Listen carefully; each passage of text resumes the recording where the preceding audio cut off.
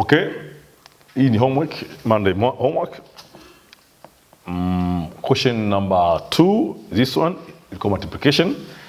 Multiplication nyingine ni question number 6. So number 2 and number 6, this is a multiplication. And let's check how we do it. Again, don't take 4 times 5. No, don't do that. What we do here, we convert first into improper fraction. You get 9 over 2. You multiply with the, here comes 15, 16 over 3.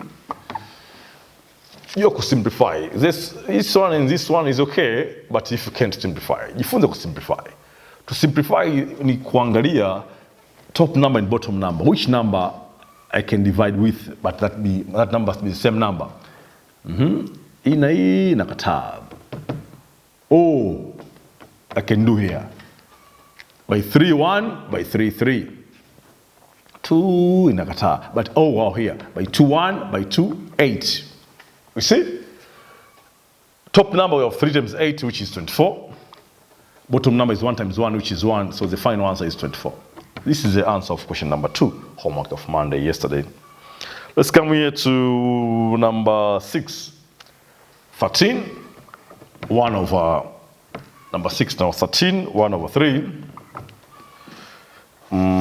times 4, 1 over 8.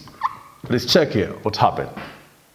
You convert this one, be very careful here.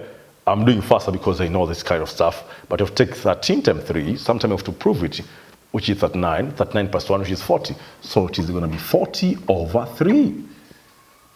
Again, I repeat here, take 13 times 3, 39, plus 1, 40 over 3, divide by table 4 here, 4 times 80, 8 times 4, 32.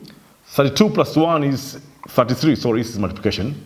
33 over 80. Wow, haya maswali ni mazuri kwa sababu yanakupa chance ya kusimplify. That's why I always encourage my students to know multiplication table. Here we go. We have good way here. We can simplify by 3, by 3, 1, by 3, 11. Are you together? Good. By 5, by 8, 1, by 8, 5. Top number is 5 times 11, 55. Bottom number is 1 times 1, which is 1. The answer is 55. Guys, the answer is 55. Guys, God bless you. We are done with multiplication and get ready for other stuff now. Bye for now.